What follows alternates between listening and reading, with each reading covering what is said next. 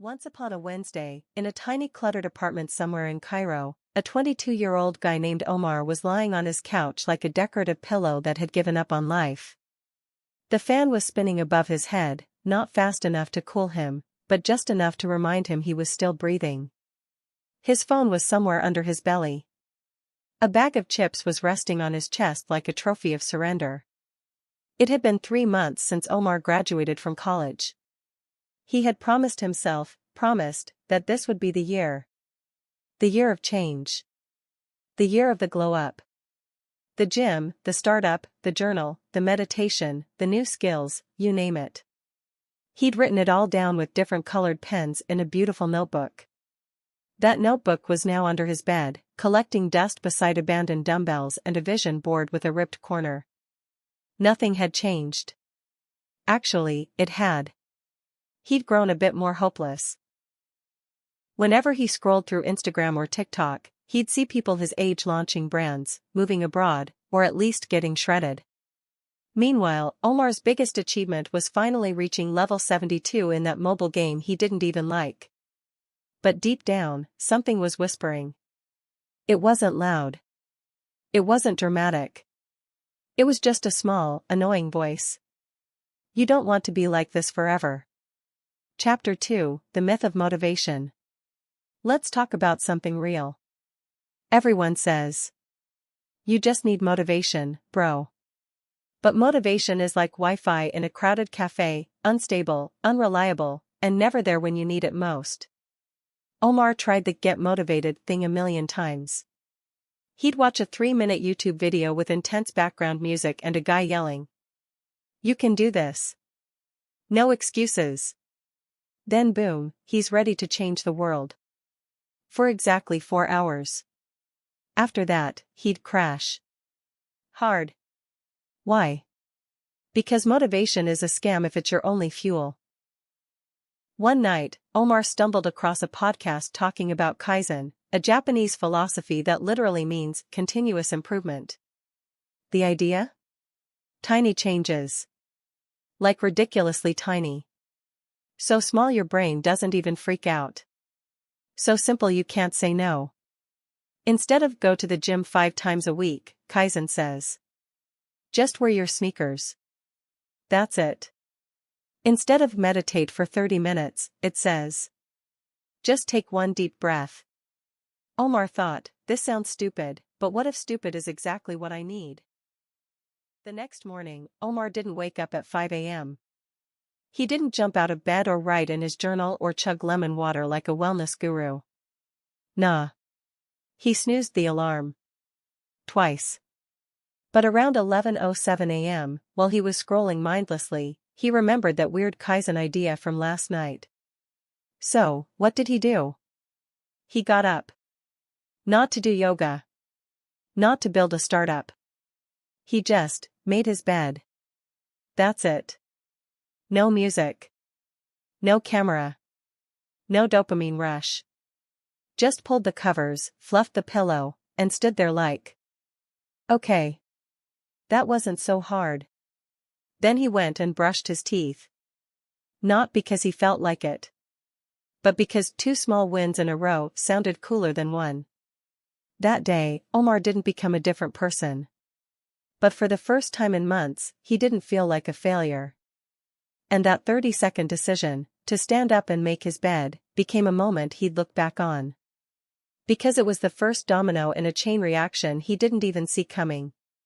Chapter 4, Rewiring the Brain, 1 Habit at a Time. Here's what no one tells you. Your brain doesn't trust your big goals anymore. You said you'd start the gym. You didn't. You said you'd wake up early. Snoozed. You said you'd stop doom scrolling. You scrolled more. So now? Your brain's like, yeah, I've heard it all before. That's why Kaizen works like magic. Because it doesn't talk big. It acts small. Quiet. Humble. Omar started designing his life like an architect of small victories. He placed a water bottle next to his bed so he'd drink in the morning. He moved Instagram to a folder called Time Trap and put his ebook app on the home screen. he made a rule: just open the PDF. Don't read it. Just open it. Sometimes, he'd end up reading 2 pages. Other times, he'd just close it and move on. But guess what? The brain started believing him again. Every time he followed through on a tiny promise, it was like sending this signal. Yo, we're actually doing this. Chapter 5, Micro Wins Mega Goals. Let me ask you something. When's the last time you celebrated doing something small? We wait to clap for ourselves until we do something huge. Get the degree. Lose the weight. Make the money. But the brain doesn't work like that. It doesn't wait. It wires itself every day based on how you act. So Omar started making a habit of cheering for micro wins. Finished a paragraph? Fist bump. Cleaned his desk? Victory dance. Said no to scrolling after 10 p.m.? He'd give himself a smirk like, "Look at you, self-control machine." Celebrating small wins trains your brain to want to keep going. And slowly, momentum builds. Not fast. Not flashy. But real. Chapter 6, The Enemy Isn't Laziness. It's overwhelm. One night, Omar was just staring at his ceiling. No phone. No background noise. Just him and his loud thoughts. Why do I feel tired all the time? I'm not even doing anything. It hit him. He wasn't lazy. He was drowning. Drowning in tabs, to-do lists, pressure, expectations. That pressure? It paralyzes. Every time he thought of his dream life, it felt like a mountain on his chest. Work out. Eat clean. Learn code. Fix his sleep. Call his mom. Build a business. Read a book. Meditate. He didn't need motivation. He needed air. So he whispered to himself, "What's one thing I can do right now that won't stress me out?" He looked at the clothes chair. You know the one. The chair that holds your laundry, your guilt, your dignity. He picked one t-shirt. Folded it. The mountain didn't move. But a tiny piece of it did.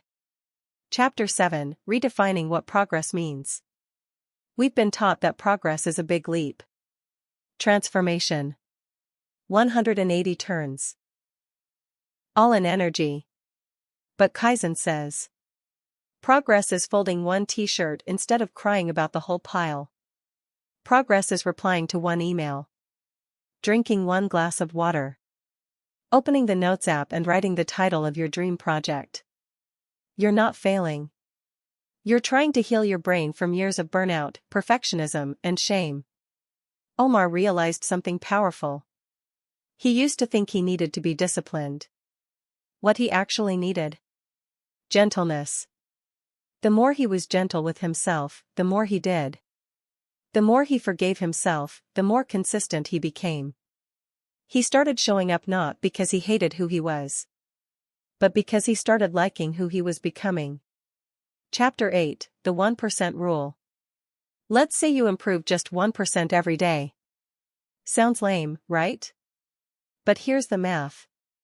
1% better every day for a year equals 37 times better by the end of the year. Not twice. 37. Omar printed that number and stuck it on his wall. Not to flex, but to remind himself.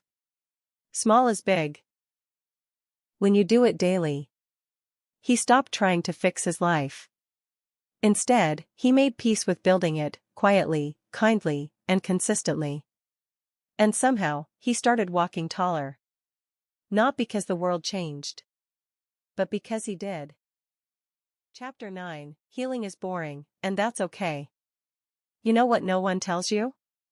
Healing is boring. It's not sexy.